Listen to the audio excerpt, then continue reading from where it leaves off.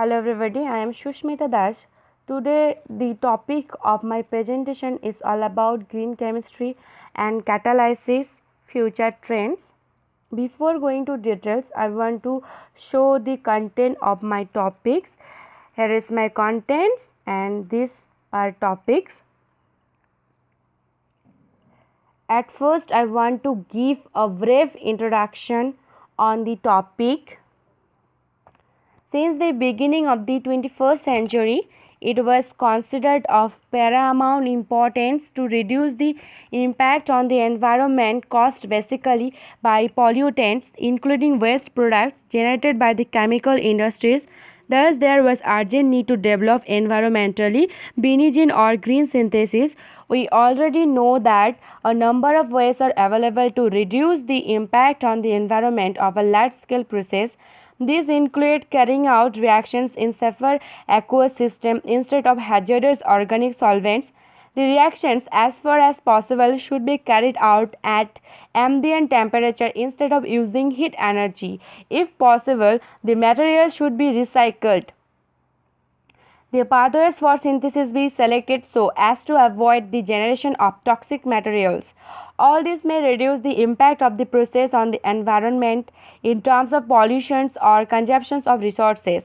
The objective of green chemistry is not only to design new green synthesis, environmentally benign synthesis, but also to devise green methods for the synthesis of already existing molecules or products whose non-synthesis are responsible for environmental pollution.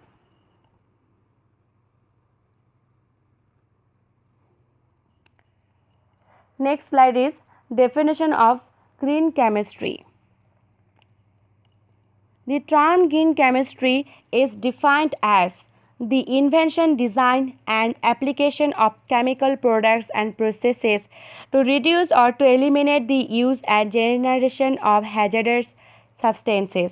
Or, green chemistry is the utilization of a set of principles that reduce or eliminate the use or generation of hazardous substances in the design, manufacture, and application of chemical products. Or, green chemistry consists of chemicals and chemical processes designed to reduce or eliminate negative environmental impacts. The uses and productions of these chemicals may involve reduce waste products, non-toxic components, and improve of efficiency. Next, principles of green chemistry.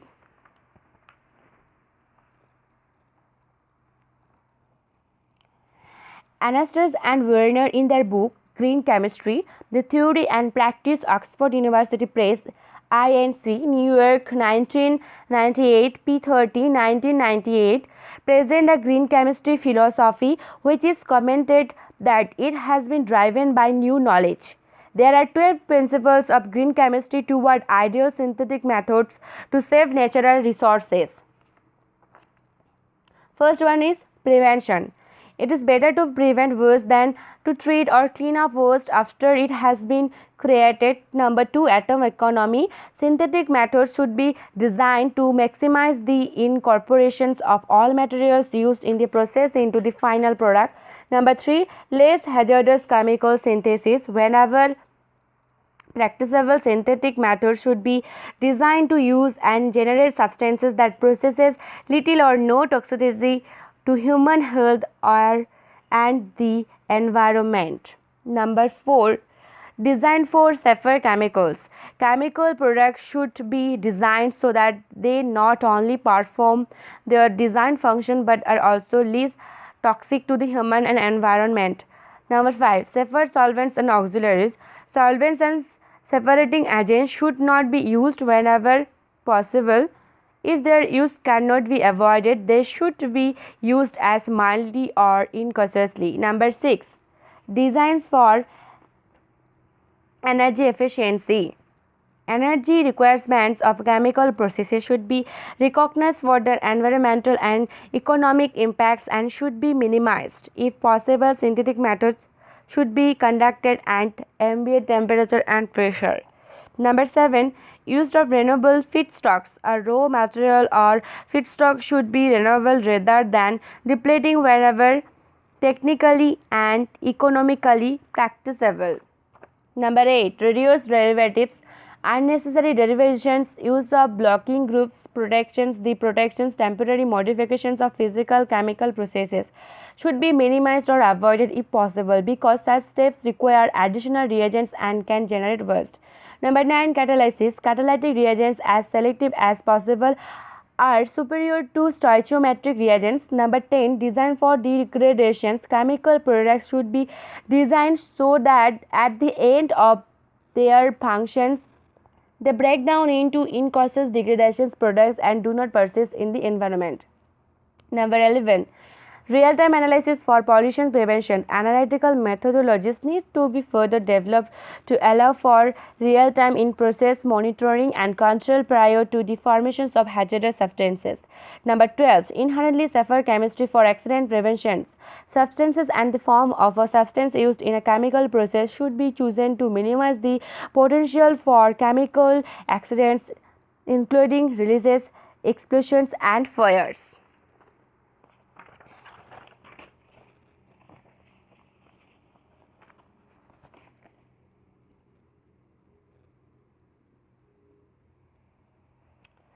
What is catalysis?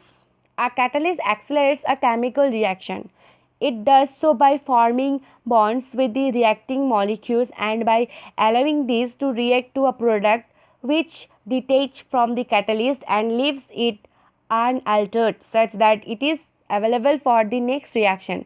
In fact, we can describe the catalytic reaction as a cyclic event in which the catalyst participates and is recovered in its original form at the end of the cycle. Hence, a catalyst is commonly defined as a material which changes the rate of attainment of chemical equilibrium without itself being changed or consumed in the process.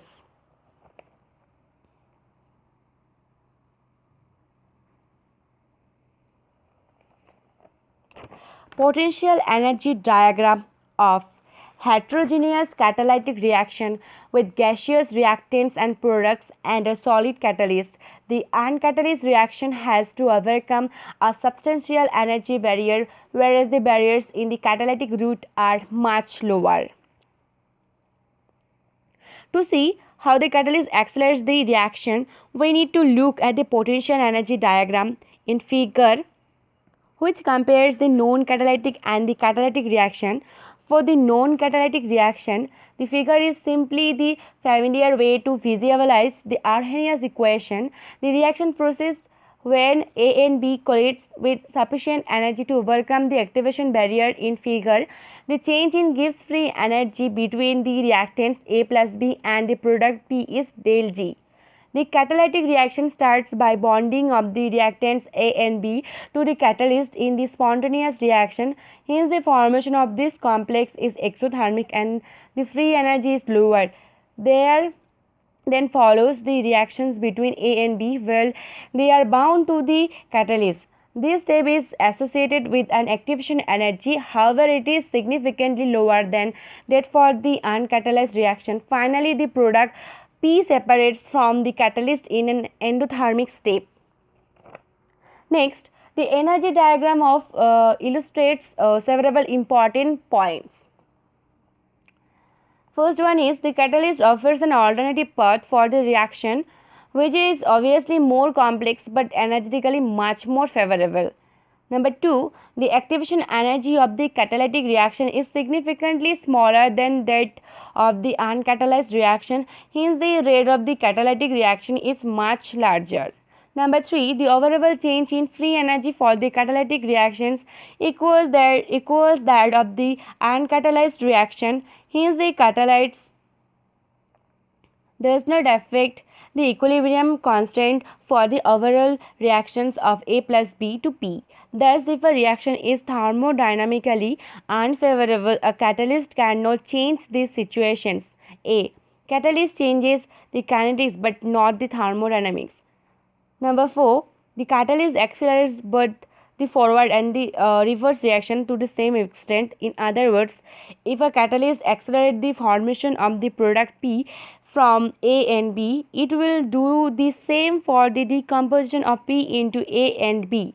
Thus, for it is immediately evident that there are also cases in which the combination of catalyst with the reactants or products will not be successful. Number 5. If the bonding between reactants and catalyst is too weak, there will be hardly any conversions of A and B into products. Number 6. Conversely, if the bond between the catalyst and one of the reactants, say A, is too strong, the catalyst will be mostly occupied with species A and B is not available to form the product. If A and B both form strong bonds with the catalyst, the intermediate situation with A or B on the catalyst may be so stable that reaction becomes unlikely. In terms of figure 1.2, the second level lies so deep that the activation energy to form P on the catalyst becomes too high. The catalyst is said to be poisoned by one of the reactants. Number 7, in the same way, the product P may be too strongly bound to the catalyst for separation to occur. In this case, the product poisons the catalyst.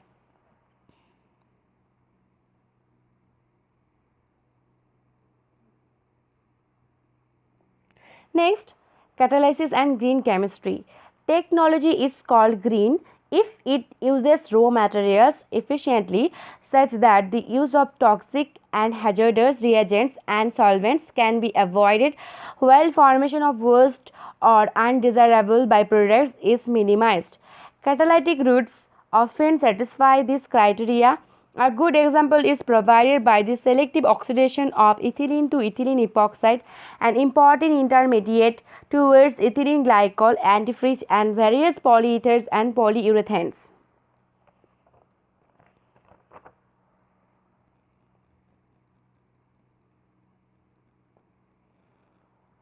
Next slide is types of catalysts.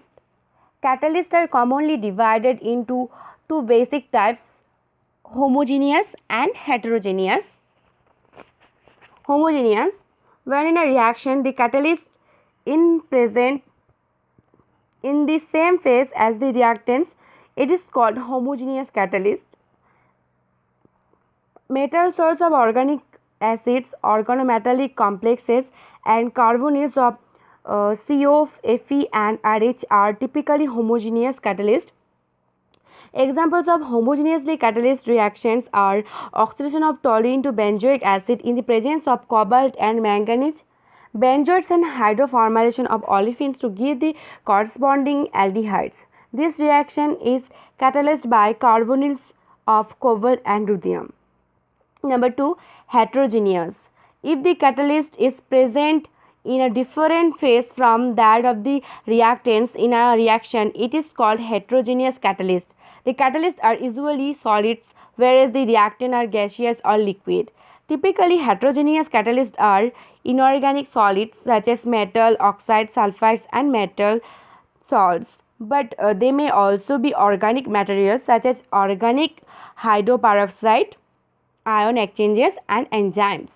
Examples of heterogeneously catalyzed reactions are ammonia synthesis from the elements of a promoted ion catalyst in the gas phase and hydrogenations of edible oils or nickel Kieselguss catalyst in the liquid phase, which are examples of inorganic and organic catalysis respectively.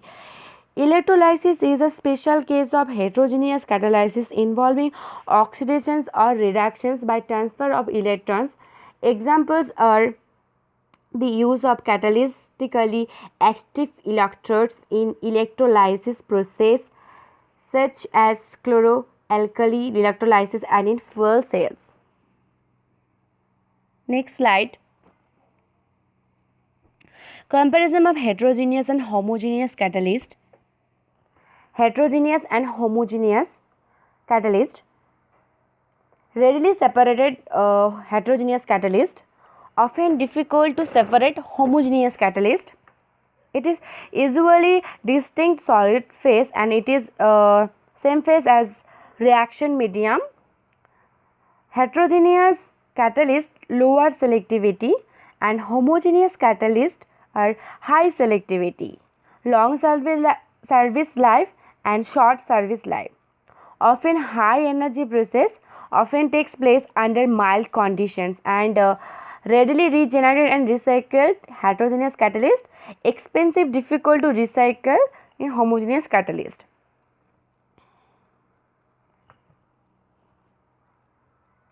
By definitions, all catalysts must be heterogeneous or homogeneous. Within and across these two categories, there are other classifications that are important to green chemistry. Most important among these are asymmetric catalysts. These are still relatively rare in industrial processes, but they are playing an increasingly important role in the development of pharmaceuticals. This is because they offer one of the most efficient, lowest methods for producing enantiomerically pure compounds. Next, photocatalyst. In photocatalysis, light is absorbed by the catalyst or a reactant during the reaction. This can take place in a homogeneous or heterogeneous system. One example is utilizations of semiconductor catalysts such as titanium, zinc, and iron oxides for photochemical degradations of organic substances. Examples on self-cleaning surfaces. Titanium dioxide is the most popular semiconductor used because the band gap energy is highly accessible by UV light. Next is biocatalyst. In biocatalysis, enzymes or microorganisms catalyze various biochemical reactants. The catalyst can be immobilized on various carriers such as porous glass, SiO2, and organic polymers. Prominent examples of biochemical reactions are isomerism of glucose to fructose, important in the production of soft drinks by using enzymes such as glucoamylose immobilized and on SiO2, and the conversions of acrylonitrile to acrylamide by cells of Cronobacteria and trapped in a polyacrylamide gel. Oxoreductases included enzymes such as dehydrogenases, oxidases, and peroxidases, which catalyze transformations such as oxidations of alcohols to carbonates and dehydrogenations of functionalized alkanes to alkane.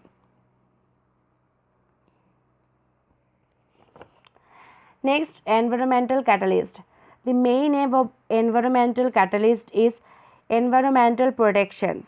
Examples are the reductions of NOx in stack gases with NH3 on V2O5 TiO2 catalyst and the removal of NOx, CO and hydrocarbons from automobile exhaust gases by using the so-called three-way catalyst consisting of RH, PT, CO2, Al2O3 deposited on ceramic honeycombs. Next is solid catalyst. Solid catalysts are extremely important in large-scale processes for the conversions of chemicals, fuels, and pollutants. Many solid materials, elements, and compounds, including metals, metal oxide, and metal sulfides, are catalysts. Only a few catalytic materials used in industry are simple in compositions. Example, pure metals such as nickel or binary oxide such as gamma Al2O3 TiO2. Typical industrial catalysts, however, consist of several components and phases. This complexity often makes it difficult to assess the catalytic material structure. In the following, a variety of families of existing catalysts are described and selected examples are given. These families included: 1 is unsupported bulk catalyst, 2 is supported catalyst, 3 is confined catalyst, shift in a bottle catalyst, number 4 is hybrid catalyst, number 5 polymerization catalyst, and several others. The selected examples not only include materials which are in use in industry but also materials which are not yet mature for technological application but which have promising potential. unsupported catalyst metal oxides, complex multi-component oxide. Complex multi-component oxides play a major role as a catalytic materials such as zeolites and clays. Next, phase transfer catalyst. Phase transfer catalysts are soluble in water as well as in the organic solvent. The phase transfer catalyst reaction, in fact, is a methodology for accelerating the reaction between water insoluble organic compounds and water soluble reagents. In chemistry, a phase transfer catalyst or PTC is a catalyst that facilitates the migrations of a reactant from one phase into another phase where reaction occurs. Ionic reactants are often soluble in an aqueous phase but insoluble in an organic phase. In the absence of phase transfer catalyst, by using a phase transfer catalyst process, one can achieve faster reactions, obtain higher yields, make fewer byproducts, and eliminate dangerous solvents, eliminate the need for expensive raw materials, or minimize waste problems. Just as examples, CH3CH2 whole 6 CH2Br plus NaCN in presence of R4P plus Br phase transfer catalyst. It can form CH3CH2 whole 6 CH2CN plus NaBr plus R4P positive Br phase transfer catalyst. Next is acid catalyst.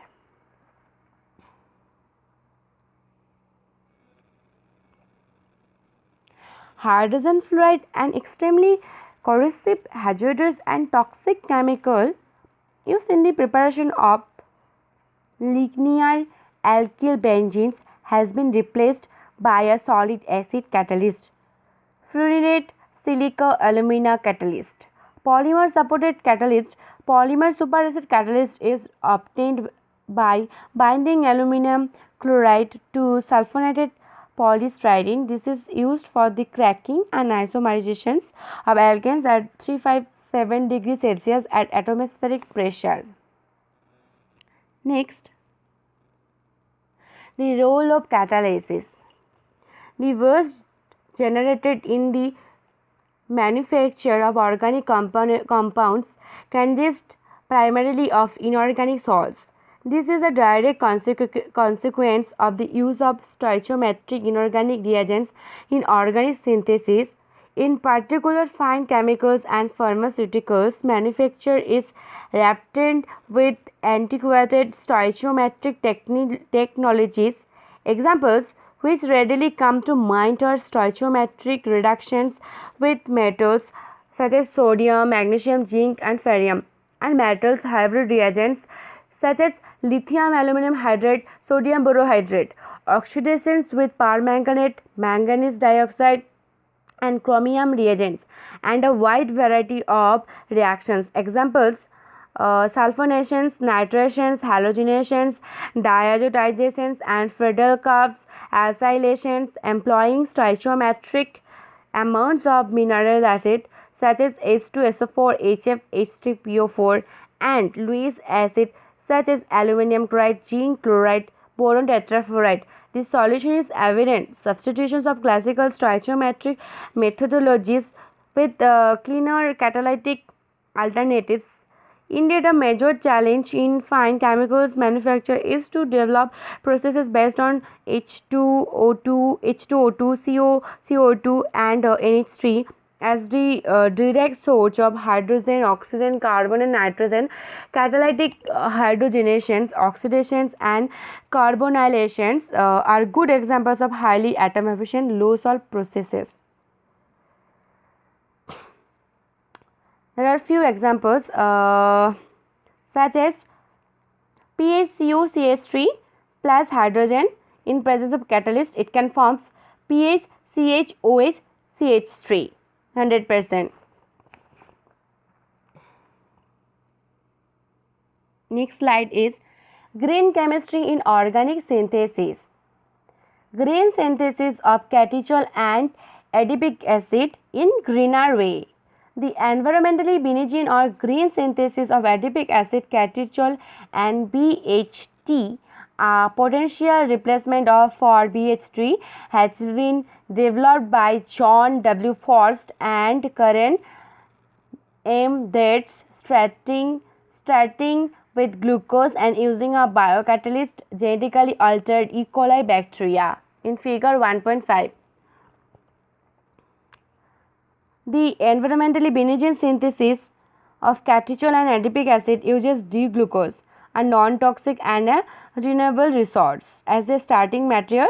Also, the synthesis is conducted in water instead of organic solvents. The reactions can also be used to stop at either catechol stage or at the adipic acid stage by using another genetically altered E. coli.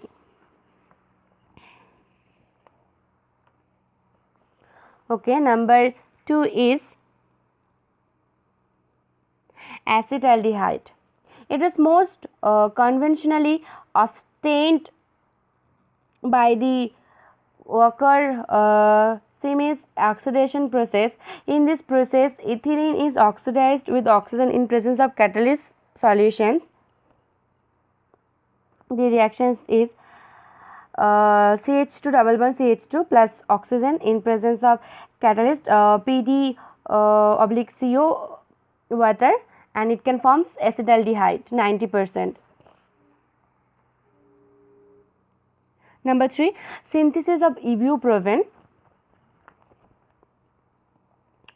Ibuprofen is one of the products used in large quantities for making pharmaceutical drugs, in particular various kinds of analgesic such as painkillers. The traditional commercial synthesis of ibuprofen was developed by the Boots Company of England in 1960. This synthesis is given in the slide. These are the reactions. Synthesis of 3-phenyl catechol. The 3 substituted catechols are important building blocks for the chemical and pharmaceutical industries. Their chemical synthesis is cumbersome, requiring organometallic reagents, HBr, etc. An industrial green synthesis of 3-phenyl catechol consists in the transformation of 2-phenyl phenol, a man-made compound that has been widely used as a food protecting agent and as a germicide, into 3-phenyl catechol by a 2-hydroxy-biphenyl 3-monooxygenase in figure 2.0.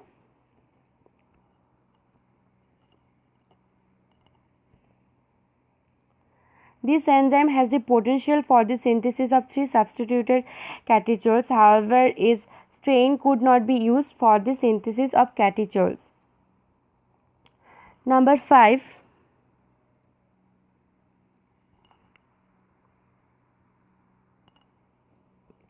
Synthesis of epoxy styrene, shown in the figure. Styrene epoxide is a valuable building block and is used in the productions of the anti-helminthic drug levamisole. The styrene epoxide for the synthesis of drugs must be enantiopure. There are some chemical asymmetric synthetic routes, but the yields are only in the range 45 to 50%. A very convenient green synthesis of epoxy styrene has been developed. It consists of the reaction of styrene with xylene monooxygenase, which introduces an epoxide in the vinyl double bond styrene. Last is synthesis of paracetamol. Paracetamol is used in broad spectrum of arthritic and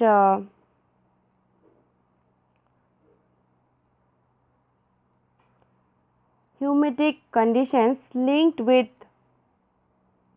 musculoskeletal pain, headache, neuralgic and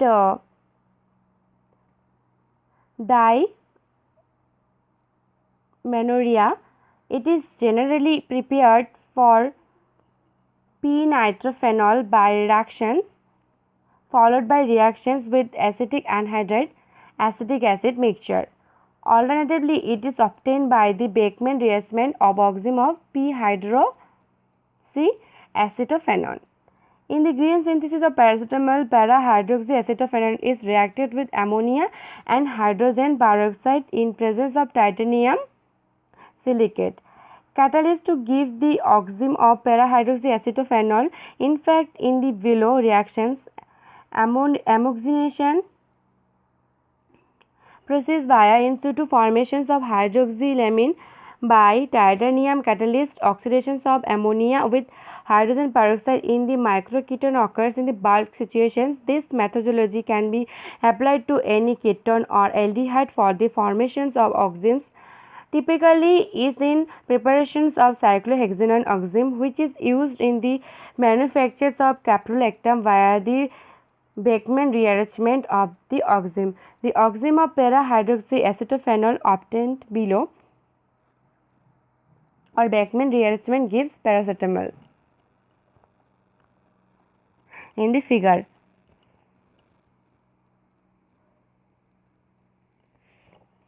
next is future trends in green chemistry. Green chemistry is a new trend to design safer chemicals and processes. It minimizes the negative impact of chemicals on the human health and environment and helps in achieving sustainability in the chemical productions. Last, conclusions. Catalysis is one of the fundamental pillars of green chemistry, the design of chemical products and processes that reduces or eliminates the use and generation of hazardous substances. Catalysts are extensively used and have played a huge role in making bulk chemical manufacturing technology more competitive and environmentally friendly. Undoubtedly, catalysts will continue to provide the answer to many economic and environmental challenges currently faced by industry. As indicated above, catalysts are now needed by the fine chemical and pharmaceutical industries, and they need to be reverse selective, recoverable and reusable.